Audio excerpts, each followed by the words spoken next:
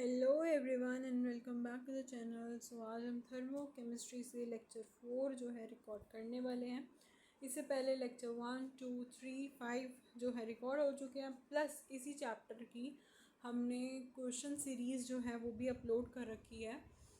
जो लेक्चर 5 है उसके अकॉर्डिंगली आपको basics to advance level questions जो हैं अपलोडेड हैं, और जो लेक्चर 3 के बेसिस पे थे, लेक्चर 3 में हमने हेस्लो के कुछ जो क्वेश्चंस है उसकी प्रैक्टिस की थी, मींस उसके जो सीरीज़ है हमने वो भी स्टार्ट करी थी। तो दोनों जाके आप प्लेलिस्ट पे चेक कर सकते हो, दोनों क्वेश्चंस कर सकते हो, बिकॉज वो जो क्वेश्चंस हैं वो बहुत ज़्यादा इंपॉर्टेंट क्वेश्चंस हैं एंड वो थर्मो केमिस्ट्री की प्लेलिस्ट में जाकर आपको चैनल पे मिल जाएगी। Alright, so let's begin with lecture 4। और अगर आप ये वीडियो देख रहे हो तो इसे आप स्पीड इसकी तेज़ करके भी देख सकते हो, इसे फास्ट करके भी जो आप रिकॉर्डिंग्स को देख सकते हो, ताकि आपका टाइम भी वेस्ट ना हो, आपको जल्दी से समझ आ जाए। ज़्यादा भी तेज़ मत करना, नॉर्मल स्पीड से थोड़ा सा तेज़ आप कर सकते हो। Alright, let's begin. In this lecture, we are going to study about the bone enthalpies or bone energy. So, what does that means? It means the amount of energy required to disassociate one molar bone into constituent gaseous atoms. That is your bone energy. See bond energy, अगर मैं chlorine की बात करूँ, अभी ये topic ना ऐसे एकदम से समझ नहीं आता। जब आप इसे अभी मैं समझाऊंगी तो इतने अच्छे से पता नहीं लगेगा, लेकिन जब हम इस लेक्चर के एंड में हम एक क्वेश्चन करने वाले हैं, और जब हम वो क्वेश्चन करेंगे तो हमें थोड़ा आइडिया होगा कि अच्छा बोन एनर्जी या बोन एंथैल्पी निकालना हो तो हमें ये करना पड़ेगा। ऑलराइट, अभी कुछ बेसिक्स बताती हूँ इसके। देखो, बोन एनर्जी अगर मैं क्लोरीन की बात करूँ, हम उसे दो तरीके से लिख सकते हैं। देखो, heat of atomisation of chlorine लिख सकते हैं कि यहाँ पर जो क्लोरीन है उसका क्या हो रहा है, एटमाइजेशन, एटम्स में टूट रहा है, एटमाइजेशन हो रहा है।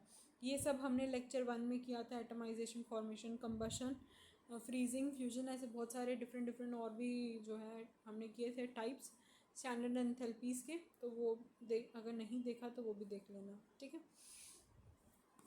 और हम इसे दो तरीके से लिख सकते हैं। फर्स्टली तो एटमाइजेशन में, और सेकेंडली हम इसे लिख सकते हैं 2 into heat of formation of chlorine atom, ठीक है।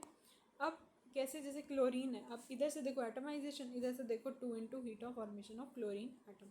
अब बोन एनर्जी ऑफ क्या होता है हाइड्रोजन क्लोरीन में, कि अगर आपके पास H+Cl दे रखा है तो आप इसे कैसे तोड़ोगे, आप इसे H और Cl में तोड़ोगे। इसमें क्या होते हैं, सिंगल बोन होते हैं, इनमें क्या होते हैं, सिंगल बोन होते हैं। और अगर मैं ऑक्सीजन की बात करूँ तो ऑक्सीजन में कैसे बोन होते हैं, ऑक्सीजन में डबल बोन्ड होते हैं। कैसे बोन्ड होते हैं, डबल बोन्ड होते हैं। और अगर मैं वही नाइट्रोजन की बात करूँ तो नाइट्रोजन में कितने बोन्ड होते हैं, ट्रिपल, कितने बोन्ड होते हैं, ट्रिपल बोन्ड्स होते हैं, ठीक है। उसके बाद अब ये आता है कि even for the similar bone in a molecule bone, अब क्या होता है ना, यहाँ पर ये सब क्या होता है, डिफरेंट होते हैं। और अगर आपको एवरेज बोन निकालनी है एनर्जी, तो सभी को सम करो बाय में कितने नंबर्स है, 4, उससे डिवाइड करो। अब यहाँ पे सभी की डिसएसोसिएशन तो सेम हो नहीं सकती, आप एवरेज ही निकाल सकते हो, और एवरेज ऐसे ही निकलेगी, ठीक है, क्योंकि सभी क्या होती है, डिफरेंट। क्यों डिफरेंट होती है, उसका एक लॉजिक है। After breaking up of each bond neighbouring environment in terms of electron cloud changes, that's why bond dissociation energy, उनकी वैल्यू जो है चेंज होती है, क्योंकि नेबरिंग एनवायरनमेंट कंडीशंस की वजह से concept of bone energy is applied. ये BE क्या होता है, बोन एनर्जी, ठीक है। ये हमने चैप्टर आई थिंक ये 4 में भी हमने किया था, हाफ बोन एनर्जी। चलो वो भी डिफरेंट टॉपिक है, बाद में बात करेंगे उसके लिए। ये हम और जो ये वाला पर्टिकुलर कॉन्सेप्ट है, ये हम चैप्टर 4 के बोन एंगल्स वाले उसमें पार्ट में, लेक्चर में जो अभी कवर अप करेंगे। इसके लिए सबसे पहले आपको ना बोन्स पता होने चाहिए। जैसे यहाँ पे CH4 हो गया, अब इसे कैसे ब्रेक करोगे, C+4H। अब देखो 4H बोलूँ या 2H2 बोलूँ, दोनों में फ़र्क होता है। इसमें इसका मतलब होता है कि 2 इंटू हाइड्रोजन, हाइड्रोजन के बीच का बॉन्ड, और इसका मतलब होता है 4 इंटू हाइड्रोजन और हाइड्रोजन के बीच का बॉन्ड, ठीक है। भले यहाँ पर दोनों 4H और H2 और 2H2 दोनों ही हमें यहाँ पे 4 ही हाइड्रोजन देखने को मिल रहे हैं, लेकिन यहाँ पे 4 बॉन्ड की बात होती है और यहाँ पर 2 बॉन्ड्स की बात होती है। ऑलराइट, तो ये फ़र्क को ध्यान में रखना। ये दोनों ही मैं क्वेश्चंस में बताती हूँ, बस अभी ये समझ लो कैसे है। C2H6 है, पहले आपको इसके फॉर्मेट में लिखना होगा, फिर उसका एटमाइजेशन करना because it is given to you, and then how you are gonna to find out that bond energy with the help of this. देखो क्वेश्चन है calculate the enthalpy change for the reaction this. अब आपको एक reaction given है, आपको bond enthalpy निकालनी है। जब भी आपको क्वेश्चन में बॉन्ड एंथैल्पी या एंथैल्पीज और बॉन्ड एनर्जी, ये दो वर्ड्स जब भी हमें गिवन होंगे ना क्वेश्चन में, तो हमें क्या समझ लेना है कि हमें ये वाला जो भी मैं बता रही हूँ वो वाला कॉन्सेप्ट जो है अप्लाई करना है। ठीक है, हर क्वेश्चन की एक अपनी पहचान होती है। ऑलराइट, सो देखो, अब इस हाइड्रोजन को हम ऐसे लिखेंगे, इस Br को हम ऐसे लिखेंगे, इस 2HBr को भी हम ऐसे ही लिखेंगे। अब इस H और H के बीच का जो बॉन्ड है हम इसे लिखेंगे 4। इसका जो आंसर होएगा वो होएगा 4 3 5। ये है 192 और ये है 2 इंटू 364। क्यों 2? क्योंकि आगे 2 दे रखा था इसलिए हमने लिखा। अब कुछ क्वेश्चंस में क्या होता है, कुछ क्वेश्चन में तो अब हमें ये दे रखा है HHBr और HBr, कुछ क्वेश्चन में तो हमें दे रखा है, लेकिन कुछ क्वेश्चन ऐसे होते हैं जिनमें हमें ये चीज़ नहीं गिवन होती। ये चीज़ हमें खुद जो है आइडेंटिफाई करके वहाँ पर लिखनी पड़ती है।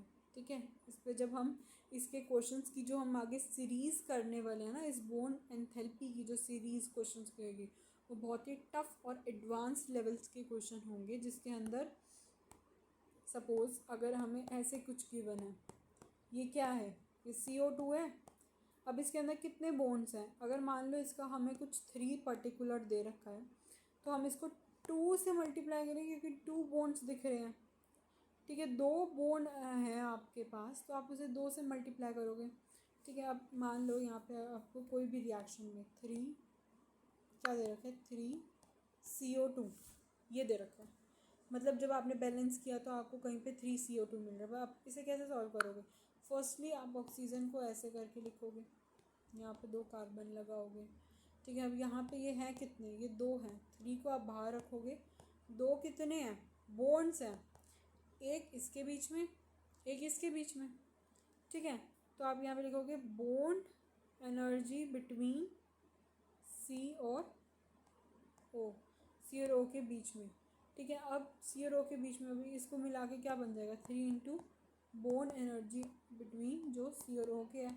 अब ये जो वैल्यू है, कौन सी वैल्यू, ये जो पिंक से अभी हाईलाइट करी, ये वाली वैल्यू है, ये हमें क्वेश्चन में गिवन होगी। बस हमें यहाँ पे पुट करना, मल्टीप्लाई करना, आंसर आ जाएगा। ठीक है, ये तो मैंने बता दिया। ऐसे ही बहुत सारे जो हैं अलग अलग जो हैं हम क्वेश्चंस को भी सॉल्व करने वाले हैं, तो stay tune for those question. अभी ये क्वेश्चन देखो, यहाँ पे आपने क्या करना है, सभी की जो है हम लिख लेंगे। सबसे पहले हमने ऐसे ब्रेक किया सभी के बॉन्ड एनर्जी को, सभी की वैल्यूज़ लिखी। अब क्या करना है कि जो रिएक्टेंट वाली साइड है इसे ऐड करो, रिएक्टेंट वाली साइड को ऐड करो। तो इन ऐड करेंगे, इसका आंसर आएगा 7 2 6। ठीक है, तो आपके पास ये आंसर आएगा, और इसे करोगे तो